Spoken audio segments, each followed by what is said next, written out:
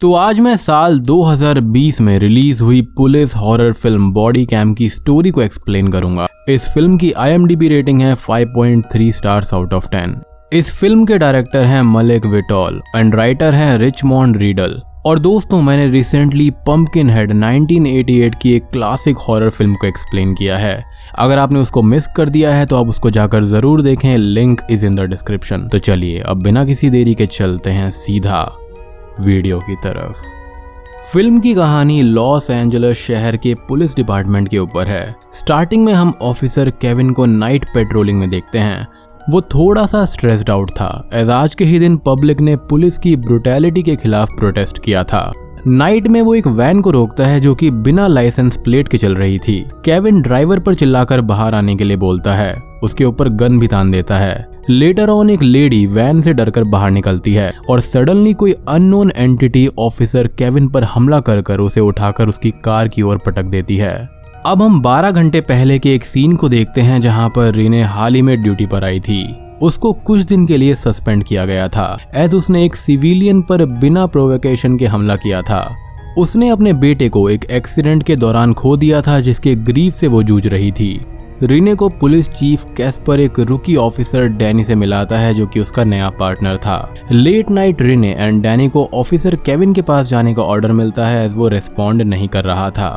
Kevin की car damage हो गई थी, उस पर ब्लड स्टेन्स भी थे, उसके टीथ बाहर पड़े हुए थे। कार के लैपटॉप में रीने को केविन की बॉडी कैम फुटेज भी मिलती है जिसमें क्लियरली कोई उस पर हमला करता है। अमेरिका में जब भी पुलिस पेट्रोलिंग पर जाती है तब उनके कंधे पर एक बॉडी कैम होता है। वो उनकी सभी मूवमेंट्स को लाइव रिकॉर्ड करके उनके लैपटॉप में सेव कर देता है। ये ट्रांसपेरेंसी के लिए बनाई गई चीज होती है। उस फुटेज के अंदर रीने को वैन और वो लेडी भी दिखाई देते हैं। लेटर ऑन रीने एंड डैनी को ऑफिसर केविन की बॉडी ऊपर लटकी हुई मिलती है।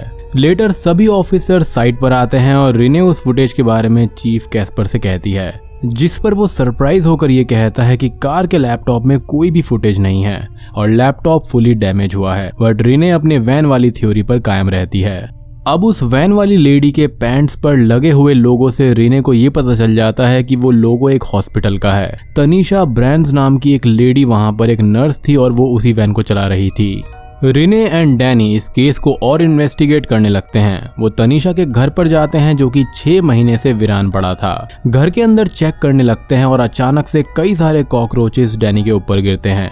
वहां पर हमको एक एंटिटी दिखाई देता है जो कि रीने पर हमला करने आ रहा था, बट रीने टाइम से घर से बाहर निकल आती है। उसके बाद रीने तनीशा के बारे में और सर्च करती है। उसका 14 इयर्स का एक बेटा डिमार्को ब्रांड सिटी क्राइम में मारा गया था और उसका किलर अभी भी पकड़ा नहीं गया था। अब टाउन के दूसरी ओर तनीशा एक ग्रोसरी शॉप में लेट नाइट चीजें खरीदने के लिए जाती है। उसी वक्त 2 लोकल थीफ उस शॉप में घुसकर ओनर को हैरेस करने लगते हैं और साथ ही तनीशा को भी। इसमें से एक प्रैंक का शौकीन था तो वो सब कुछ अपने मोबाइल पर रिकॉर्ड कर रहा था। शॉप के बाहर ऑफिसर रॉबर्ट्स एंड ऑफिसर बर्ग तनीशा की वैन को देखते हैं और ये जो वैन थी वो रीने के डिस्क्रिप्शन से मिलती थी, इस पर नंबर प्लेट नहीं थी। वो वहां पर बैकअप के लिए कॉल करके पुलिस शॉप में एंटर कर जाते हैं। ऑफिसर्स को ये लगता है कि ये चोरों की वैन होगी, इसलिए वो उस पर गन तान कर पूछताछ करने लगते हैं।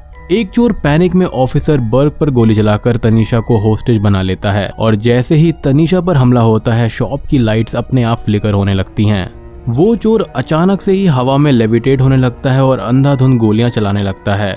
इस शूट आउट में शॉप ओनर और दूसरा चोर मारे जाते हैं। ऑफिसर रॉबर्ट्स अंधेरे में बचे हुए चोर को ढूंढने लगता है और कुछ ही पल के बाद में वो उसके सामने ही ऊपर से नीचे गिरता है। वो काफी ज्यादा तड़प रहा था, उसकी खोपड़ी को किसी ने क्रश कर दिया था। वो मरते टाइम रॉबर्ट के पीछे दिख रही एंटिटी की ओर इशारा करता है और देखते ही देखते ऑफिसर रॉबर्ट का फेस एक प्लास्टिक बैग से ढक जाता है। उसे पीछे से कोई खींच रहा था। रॉबर्ट मुड़कर अंधाधुंध फायरिंग करने लगता है बट उसे वहां पर कोई भी एंटिटी दिखाई नहीं देती। लेटर ऑन हम चोर के मोबाइल में एक वीडियो को रिकॉर्ड होते हुए देखते हैं जिसमें रॉबर्ट का गला हवा में ही कोई दबा रहा है। इस सब के बीच में तनीशा चुपके से वहां से बाहर भाग जाती है। उसके बाद में रीने एंड डैनी इन्वेस्टिगेट करने के लिए शॉप के अंदर आते हैं। वैन अब भी वहीं पर पार्क हो रखी थी। ये दोनों सबकी डेड बॉडीज को देखकर डर जाते हैं। रीने को उस चोर का मोबाइल मिलता है जिसको वो चुरा लेती है। लेटर ऑन पुलिस ऑफिसर्स उस वैन के VIN नंबर को चेक करते हैं। वो वैन लोकल चर्च के पास्टर का था जो कि कुछ दिन पहले ही चोरी हो गई थी। पुलिस की यहाँ पर एक थियोरी थी, उन दोनों चोरों ने ही उस वैन को चुराया था। उन्होंने ऑफिसर केविन को भी मारा। जब officer Roberts and Burke van को यहाँ पर पार्क हुआ देखते हैं तब इन्वेस्टिगेट करने वो शॉप के अंदर आए। शूट आउट हुआ एंड सबके सब मारे गए। लेकिन रिने इस थियोरी से सेटिस्फाइड नहीं थी, एज वो जानती थी कि ये वैन एक लेडी की है। अगले दिन रिने मेडिकल एग्जामिनर से मिलती है जो कि ये कहता है कि ये नॉर्मल शूट आउट का केस नहीं है, सभी के दांतों को उखाड़ दिया गया था। रिने एग्जामिनर से 5 मिनट्स मांगती है और वो अकेले में डेड बॉडीज को चेक करना चाहती थी। वो उस चोर की फिंगरप्रिंट्स को मैच करके फोन का लॉक ओपन करती है। उसे वहां पर वो वीडियो मिलता है जिसमें सब कुछ रिकॉर्ड हुआ था। रात को बार बार उस वीडियो को देखने पर भी उसको ब्लैक एंटिटी दिखाई देती है। अगले दिन ऑफिसर्स के फ्यूनरल में रिने ऑफिसर डैरियो से मिलती है। डैरियो ने डिमार्को ब्रांड्स का केस हैंडल किया था। डैरियो ये कहता है कि डिमार्को उसको स्ट्रीट पर मरा हुआ मिला था, शायद किसी गैंग मेंबर ने उसे मार डाला होगा।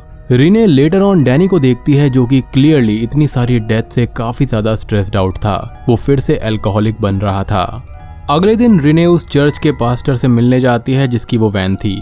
वो उससे कहती है कि वो वैन चोरी नहीं हुई थी बल्कि उसी ने उसको तनीषा को इस्तेमाल करने के लिए दिया था। पास्टर अब सच्चाई एक्सप्लेन करता है। तनीषा का बेटा डिमार्को एक अच्छा बच्चा था। वो चर्च के दूसरे बच्चों की हेल्प करता था एंड वो डेफ भी था। उसका एंड गैंग का दूर दूर से नाता नहीं था। पास्टर ये कहता है कि उसकी डेथ के बाद तनीषा टूट गई थी। वो ऑफ द ग्रिड जाने लगी। पास्टर रिने को तनीषा का एड्रेस भी दे देता है जो कि एक ओल्ड फैक्ट्री में था। रिने को उस लोकेशन पर डिमार्को पर लिखे गए कई सारे आर्टिकल्स मिलते हैं। Officer Kevin, Roberts, Burke, Danny, Casper के फोटोज पर क्रॉस के निशान बनाए गए थे। रिने ये सब देखकर डरते हुए डैनी को फौरन मिलने के लिए कहती है। डैनी मान जाता है लेकिन वो वहां पर नहीं आता। Later on Rinne he Danny के घर पर जाती है जो कि ओपन था। उसे डैनी की लाश बाथरूम में मिलती है। उसने सुसाइड कर लिया था। रिने ग्रीफ में रोने लगती है और उसे डैनी का सुसाइड नोट भी मिलता है जिसमें उसने सॉरी लिखा हुआ था। उसे एक फ्लैश ड्राइव भी मिलती है जिसके अंदर उसकी बॉडी कैम फुटेज भी थी।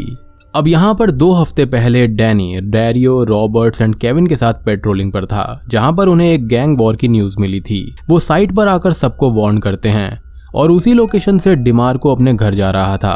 क्योंकि वो डेफ था तो उसको पुलिस की वार्निंग समझ में नहीं आती। वो अपने रास्ते में जाने लगता है। डैरियो डिमार्को को गैंग मेंबर समझकर उस पर गोली चला देता है। मतलब यहाँ पर ये ब्लैक किड था तो ये गैंग मेंबर होगा। Pure racist behaviour. खैर जब पुलिस को ये पता चलता है कि ये बच्चा बहरा है एंड गैंग का मेंबर नहीं है, वो तब भी उसको नहीं बचाते। ऑफिसर डैरियो ये कहता है कि यदि ये बच्चा बच गया तो फेक एनकाउंटर में वो लोग फंस जाएंगे।